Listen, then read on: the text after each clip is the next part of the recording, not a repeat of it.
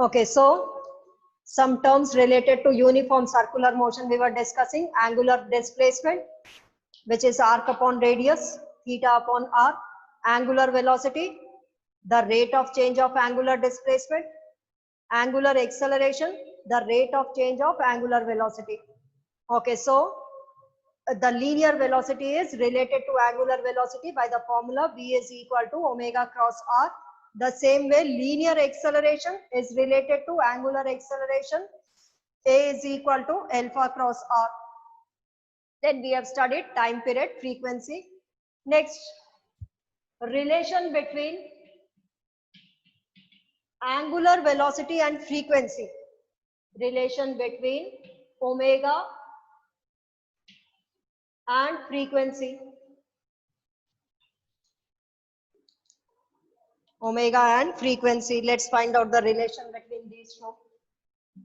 Okay, we know that angular velocity is the rate of change of angular displacement. Omega is equal to delta theta upon delta t.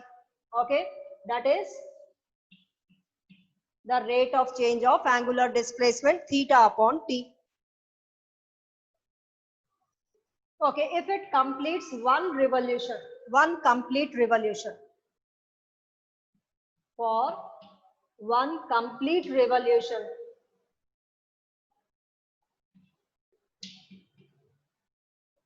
what is the theta?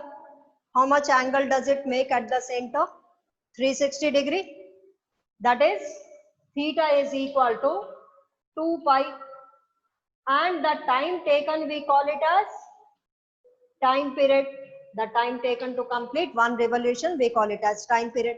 So for one complete revolution, the angle subscribed at the center is 2 pi. 360 degree can be written as 2 pi, and the time is called as the time period. So omega is equal to 2 pi upon capital T, where T is the time period. Okay, so omega is 2 pi upon capital T, and 1 upon time period. We call it as frequency. So it is also equal to 2 pi into nu. So omega, the angular velocity, the other two formulas what we got for the angular velocity is omega is equal to 2 pi upon capital T, and omega is equal to 2 pi into nu. Okay, so these are the two formulas, two more formulas for angular velocity. Okay, so here we have found out the relation between omega and nu. Okay, now comes centripetal acceleration. Okay, as I said, particle is in uniform circular motion. Okay, but the velocity is changing at every point. Whenever there is a change in velocity, the particle possesses acceleration, and this acceleration we term it as centripetal acceleration. Why? Because it is directed towards the center of the circle. At every point its direction is towards the center of the circle. So write down centripetal acceleration.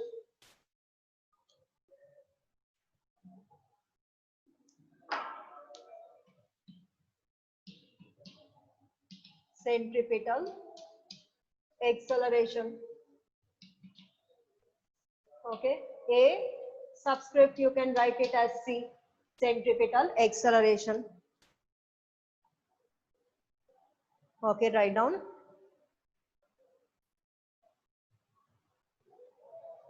This acceleration, write down, this acceleration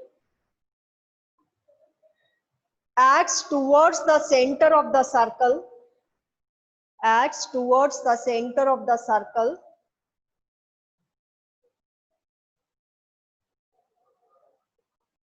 so termed as centripetal acceleration. So termed as centripetal acceleration. Ma'am, please repeat the definition. Okay, this we are talking only about the direction. Okay, formula when we derive it. Okay, this acceleration points towards the center of the circle. This acceleration acts towards the center of the circle, acts towards the center of the circle, So termed as centripetal acceleration. So that is why what name is given? So termed as TERMED. So termed as centripetal acceleration. Write down. And this acceleration comes into play. And this acceleration comes into play only in circular motion. This acceleration comes into play only in circular motion. Okay, in a straight line motion, the centripetal acceleration will not be there. It comes into play only in circular motion.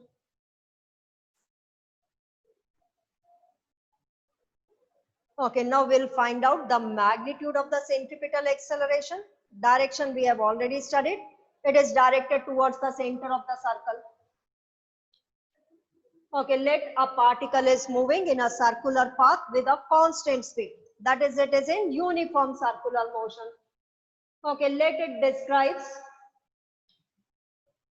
AB arc in time delta t. Let the arc is delta s, the length of the arc is delta s. This arc is described in time delta t, making an angle delta theta at the center. Okay, and it's making an angle delta theta at the center. Okay, now let's find out the velocity at point A and the velocity at point B. Okay, as it is in uniform circular motion, speed is constant, but velocity will be different. Velocity, why velocity is different? Because the directions are different. So here velocity we can find out by drawing the tangent. So let's draw the tangent at point A. Let the velocity here is V1. At point B, draw the tangent. Let the velocity is V2 vector. V1, draw the tangent at point A. That is the direction of the velocity V1 vector. Draw the tangent at point B. That is the direction of the velocity at point B. Which direction it is pointing? Somewhere here when we draw the tangent. Okay, so here you can see that this V1 vector is perpendicular to OA. Also V2 vector is perpendicular to OB. Now let's draw another vector. This is V1 vector. This is V2 vector. Okay, so the angle between V1 vector and V2 vector will also be equal to delta theta. Why? Because angle between OA and OB is delta theta. And the perpendiculars at these points will also make the same angle delta theta. So these two perpendiculars will also make the same angle. Okay, and this vector is delta V vector, that is the change in velocity vector. Okay, so delta V vector is the change in velocity vector, which will be equal to V2 minus V1 vector. See from the triangle law of vectors. Okay, as the speed is, now pay attention, magnitude of V1 is equal to magnitude of V2. Let us write it as V. It is in uniform circular motion. Uniform circular motion means the speed is constant. V1 speed, V2 speed, both are same. So the magnitude of these two vectors, which are the speed, that is constant. Let it is equal to V. But as the direction is different, what is the direction? V1 pointing here, V2 pointing here. So there will be some change in velocity. What is the change in velocity? Delta V. So here delta V vector is the change in velocity. Why? Because the direction is changing. The change in velocity vector is delta V vector. See from the triangle law of vectors, V1 vector plus delta V vector should be equal to V2 vector. We have already studied that. Two vectors, okay, pointing along in the same order, then the resultant is given by the third side of the triangle taken in opposite order. So V1 plus delta V vector is equal to V2 vector. So delta V vector will be equal to V2 vector minus V1 vector. See here V1 plus delta V vector is equal to V2 vector. So delta V vector the change in velocity vector will be equal to v2 minus v1 vector. Why there is a change in velocity? Because the direction is changing. Okay, so as the direction is changing, that is why there is some change in velocity vector. Okay, now we are trying to find out the expression of centripetal acceleration. So we'll find out delta theta from this triangle, and then we'll find out delta theta from the other triangle. So let us name it as figure 1. We'll name it as figure 2. Okay, now from figure 1. From figure 1, delta theta is equal to, we know it is equal to arc upon radius. Arc is how much? Delta s, and the radius is r. So delta theta is equal to delta s upon r. This is from figure 1. Now from figure 2, let's find out delta theta. From figure 2, delta theta is equal to, this is like an arc, this is like a radius. Okay, this is the magnitude. Magnitude is how much? Delta v. You will not write it as delta v vector. You are finding out the length upon length. Okay, so it is equal to delta v magnitude, the change in speed, upon the change in velocity. The change in speed will be 0. Okay, delta v upon v2. The magnitude of v2 is v only, v1, v2, both of the same magnitude. Let it is equal to v. Okay, so what can we do? We can equate the two equations. Both are giving delta theta. So from 1 and 2, delta s upon r is equal to delta v upon v. From 1 and 2, equate delta theta. Delta s upon r is equal to delta v upon v. Okay, now this change in speed, the change in velocity, the arc length, everything happens in time interval delta t. Okay, the change in velocity is in time delta t when it describes an arc delta s. So let us divide both sides by the time interval delta t. So write down dividing both sides by delta t. Dividing both sides by delta t. Write down dividing both sides by delta t. What do you get? 1 upon r delta s upon delta t is equal to, here also you will divide 1 upon v delta v upon delta t. Now delta s upon delta t, this is the linear displacement per unit time. What do we call it? We call it as velocity. So 1 upon r into v is equal to 1 upon v delta v upon delta t. It is the acceleration, which we call it as the centripetal acceleration. So from here we see that the centripetal acceleration is equal to v into v upon r, that is v square upon r. So here we get the expression for the centripetal acceleration, which is v square upon r. Hence the centripetal acceleration is given by this expression, v square upon r. Note it down. One more formula here we'll find out for the centripetal acceleration.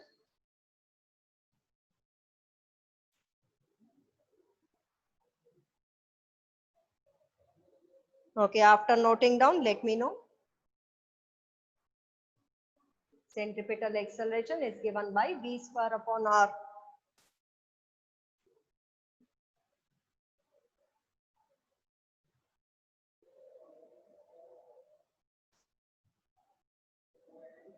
Written.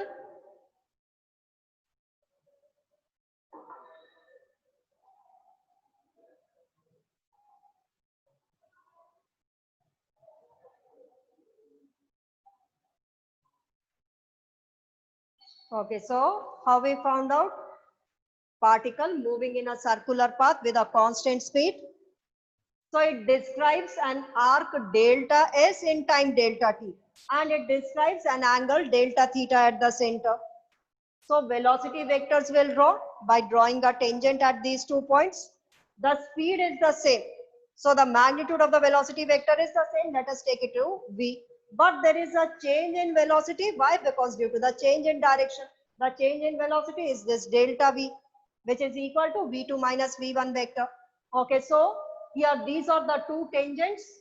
We draw the two vectors along. This is the v vector acting along the same direction, v2 vector acting along the same direction.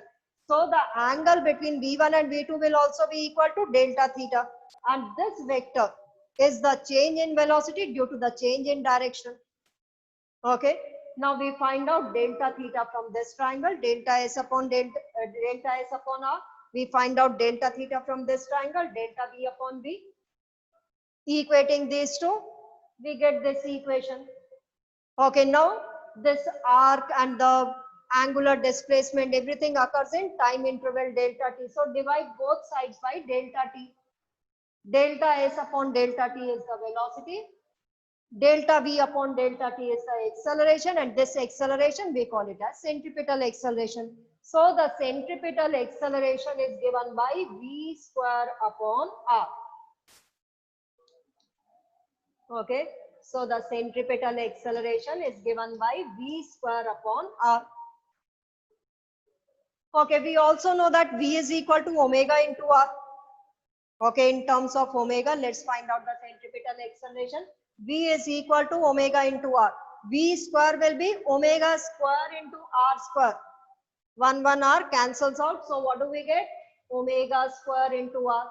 So another formula for the centripetal acceleration is omega square into r, where omega is the rate of change of angular displacement, or it is equal to 2 pi upon the time period, or it is equal to 2 pi into nu. Okay, where omega is 2 pi upon capital T or 2 pi into nu. Okay, written. And what is its direction? Its direction at every point is directed towards the center of the circle. It is always acting towards the center of the circle.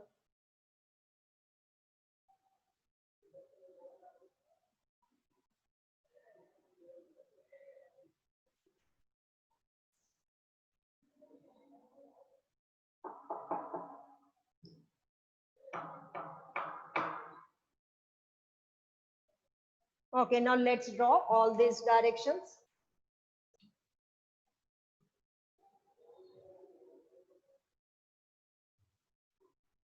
So here, at this point, velocity vector. At any point, let's draw the velocity vector and the centripetal acceleration acting towards the center. Velocity vector, tangent, and acceleration vector directed towards the center. So what is the angle between velocity vector and acceleration vector? Velocity vector is perpendicular to the acceleration vector. That is, the angle between them is 90 degree. So velocity vector and the acceleration vector in uniform circular motion, they will be perpendicular to each other. That is, the angle between them is 90 degree.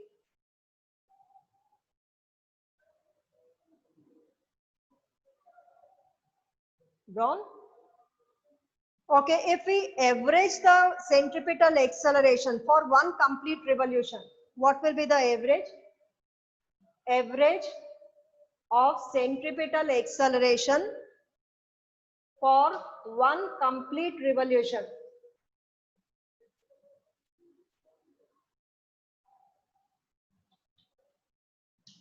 Yes, how much it would be? Anyone? Average means finding out the mean.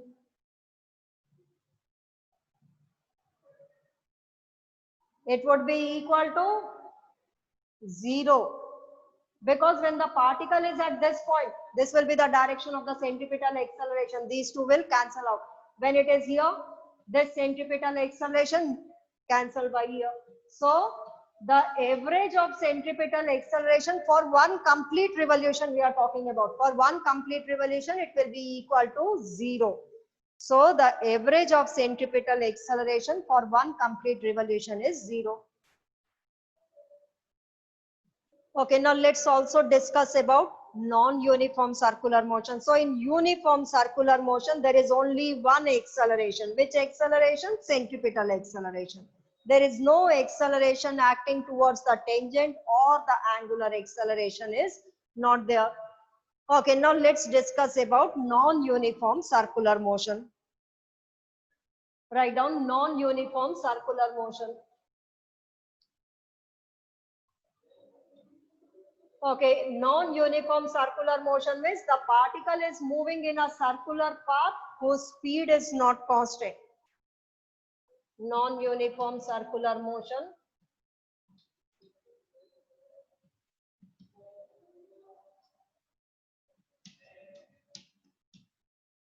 Write down. Particle moving in a circular path. Particle moving in a circular path whose speed is not constant. Whose speed is not constant. Particle moving in a circular path whose speed is not constant. Okay, that is non-uniform circular motion. Uniform is with a constant speed. Now here the speed is not constant. Okay, now pay attention. Let the particle is moving along the circumference of a circle whose speed is not constant. Let the speed is increasing along this, along when it is moving along this direction. As the speed is increasing, so there it will possess some tangential acceleration also along the velocity vector. Along the tangent at that point, there will be some acceleration which we call it as tangential. And centripetal, whenever moves in a circular path, centripetal acceleration is always present, whether it is uniform, non-uniform circular motion. Along a circular track, if a particle is moving, centripetal acceleration will always be there. So besides the centripetal acceleration, the tangential acceleration will also be possessed when the particle is in non-uniform circular motion. Okay, then how can we find out? Now there are two accelerations. Like in case of uniform, there's only one acceleration, centripetal. Now here there are two. Let us find out the resultant of these accelerations. Complete this parallelogram. This is the net acceleration. This is the net acceleration. How can we find out the net acceleration? See in this triangle, use the Pythagoras theorem. The net acceleration square is equal to AC square plus AT square. Okay, draw this figure and write two lines. Then you will find out the net acceleration. Draw the figure. Draw the tangential acceleration, tangent at any point. Centripetal acceleration acting towards the center. So how to find out the resultant of these two accelerations? These are both are the vector quantities. How to find out the resultant? Complete the parallelogram. The diagonal will give the resultant. So write down.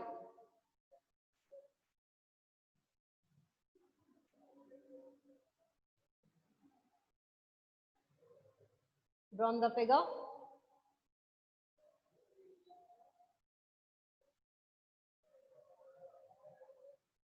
Okay, right. In non-uniform circular motion,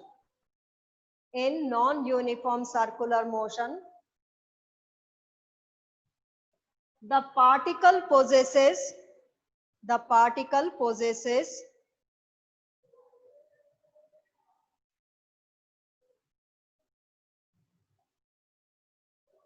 tangential acceleration